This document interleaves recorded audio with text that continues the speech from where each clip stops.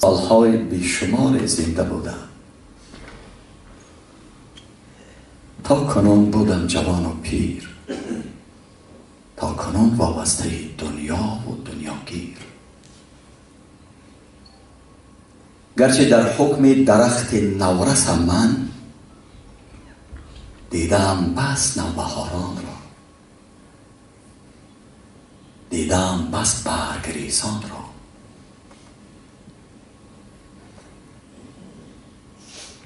ماندن در پایه من، دیدم در پایم 100 بار پیوند، دیدم در پایم 100 بار پیوند.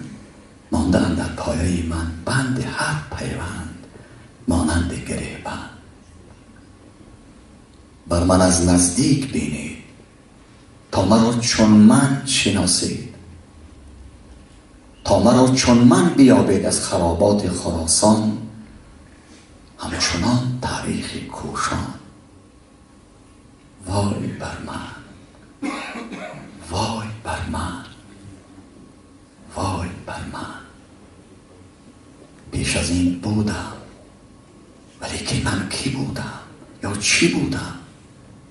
با شهیدان من شهید بودم، با اسیران در اسارت، چون که کردم خویش را غارت. هست نقشی من در آن نقشی که میریزد غم انگیز از منار و برج سیستان. هست داغ من در آن سنگان که خاموشند و گریان، در مزار رودکی و آل سامان. بامیان را ساختم من، بامیان را سوختم من. کافیان پرداختم من، کافیان را باختم من. تختی دارا در رهی من بود، من کردم خرابش. گنج قارون در کف من بود، من دادم به بادش. کاخی باد آورده و خاکی سیاه کردم حسابش. آتش افشان نیز من بودم، در آتش نیز من.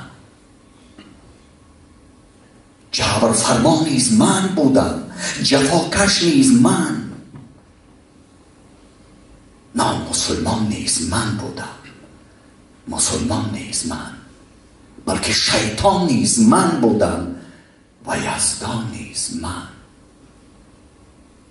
داد از من، داد از من الامان، فریاد از من.